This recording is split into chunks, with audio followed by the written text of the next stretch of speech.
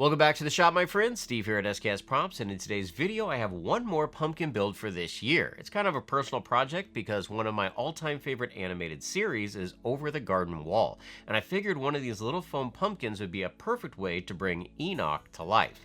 Now this is one of the 5-inch pumpkins that you can pick up at Michael's, and the other things that I did with this project, I also made his body and his arms fully poseable, and I even did a little bit of sewing. So let me show you what it takes to put Enoch together. Let's go ahead and get started.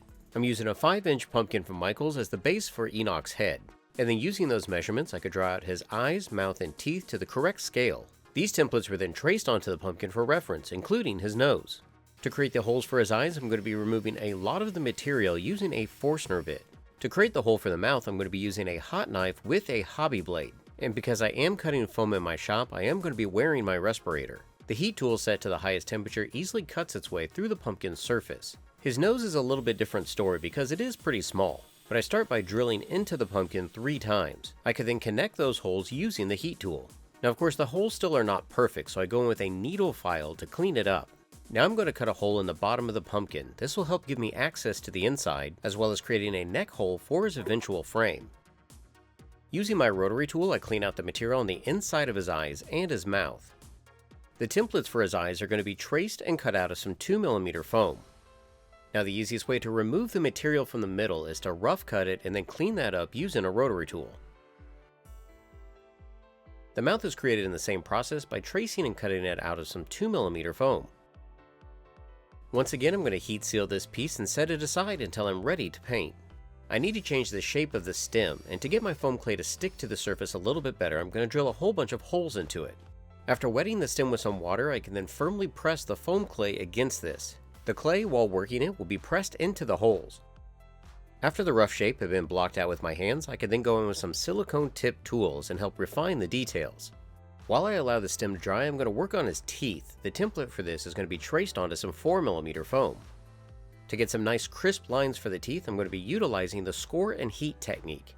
After the foam has been scored, then I can hit it with a heat gun, which will open these cuts up.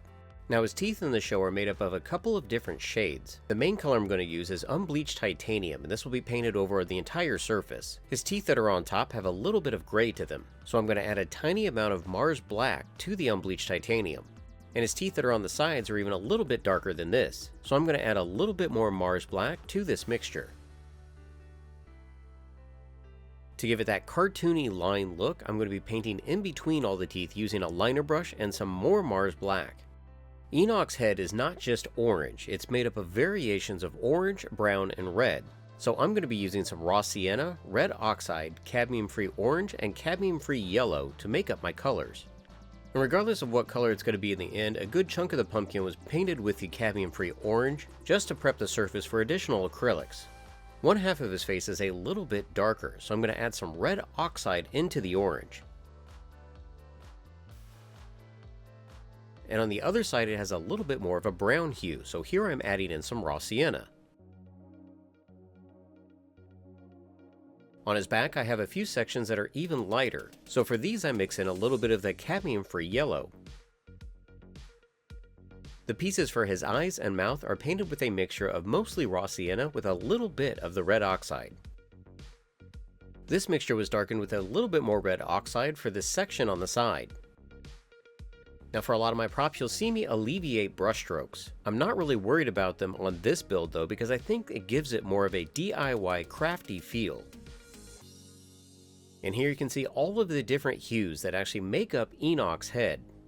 With my paint dry, I can now glue the eyes onto the pumpkin using some Bob Smith super glue. I am careful to only add enough to attach the foam. I don't want it squeezing out on the sides. This process can then be repeated for his mouth. For his teeth, I apply some glue to the sides, top, and bottom. Then I'm able to insert the piece and press it to the interior of the pumpkin, and it gives it a really nice recessed look. While I have the Mars Black out, I go ahead and take a liner brush and paint the interior of his nose. To make up his body, I purchased some green and khaki canvas from Michael's. These colors are going to alternate back and forth. The fabric could then be marked with a pencil and cut into individual strips, which means it's something I don't do very often, but I need to get out my sewing machine. For this, I'm just going to be using a simple straight stitch, and I'm going to be sewing the cloth together. Now, I am by no means even an amateur when it comes to sewing. I can make damn near anything out of foam, but even sewing simple stuff like this just stresses me out. But I ended up working through all of my strips and I had enough material for his body. And at that point, I could sew the whole thing together and then flip the material inside out. And I know it's not perfect, but it doesn't look that bad. Before I seal up his neck, I do need to finish the interior of his eyes, so I just trace around the eye template so I have more material than necessary. Then using some sap green with a little bit of red oxide, this paint could be brushed onto the foam. I did end up doing 2 layers just to make sure that it was dark enough. Just like his teeth, super glue is placed around the outside edge, and then these pieces could also be glued to the interior of the pumpkin. And I love the fact that it's just slightly recessed. It's a lot more believable than if I had just painted the surface. At this point of the project, after seeing all of the colors together, I decided I slightly needed to change the eyes and the mouth. And that's the great thing about using acrylics. You can easily and quickly mix up a new color and paint that directly on top of the old ones. Before I line all the pumpkin features, I just want to get a look at the overall project right now. And at this point I made a small mistake. I don't know why I was thinking I needed to outline the pumpkin sections in black, but it's an easy fix. I went ahead and I did outline the eyes and the mouth. I also made sure that after they were outlined, I went in and painted the sides. Now at this point I'm being pretty careful because I don't want to have to mix any of the orange hues up again. There's no way I'd get them to match exactly and I'd probably have to repaint that entire section. But after the eyes and the mouth have been outlined, I can then mix up the correct color to separate the pumpkin sections. This is mostly red oxide with a little bit of raw sienna, and I'm just retracing the black lines that I had already put down. Notice that I am using a liner brush and I'm trying to pull in one continuous stroke. Being confident with your strokes and painting this way will give it a cleaner look in the end.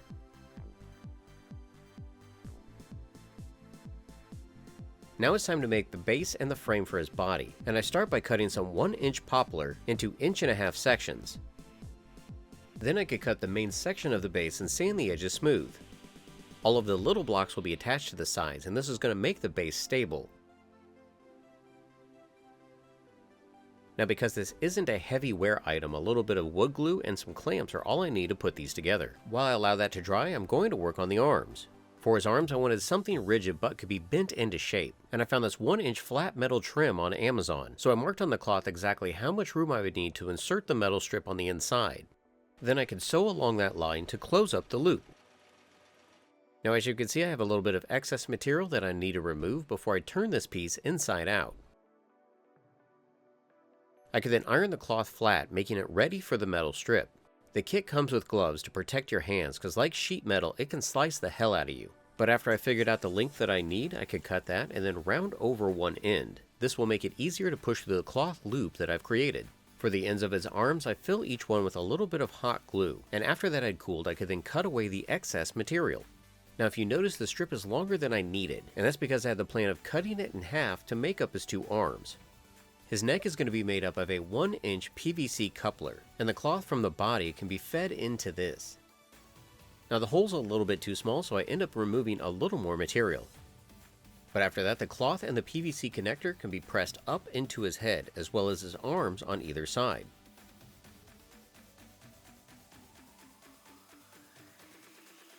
His arms can then be hot glued to his body to lock everything into place. With the glue dry, the clamps can be removed and the base structure is looking good. Now his body is made up of more material than necessary, so now that everything is pushed up into his head, I can see the length that I need and I can trim away the excess. The PVC coupler is also locked into all of the cloth using more hot glue. I would like his body to be bendable, and here's how I'm going to do that. I'm going to start by cutting down a 1-inch PVC pipe. Into this I'm going to be inserting a wooden dowel, but I don't have the right diameter, so I'm going to wrap a dowel with some 2mm foam. I twist some 14 gauge wire for rigidity and I hammer it flat. I drill out a hole in the center of the wooden dowel and the wire is going to be inserted into this. Now because I don't want this wire to go anywhere, I'm going to use some super glue and accelerator and a little bit of epoxy sculpt. This procedure is going to be repeated for the base that I had made. I go ahead and drill a hole, and then I can put in some more super glue and epoxy sculpt for the lower half. This wire is going to act as his spine, making him positionable while the PVC pipe at the top goes up into the coupler in his head. Then it is as simple as inserting the PVC pipe up into the coupler in his head and bending the body until I get the pose that I want. Now his cloth body is a little flat, so I'm going to use some polyfill to help bulk it out. This material can then be pushed up into his body until I get the look that I'm going for.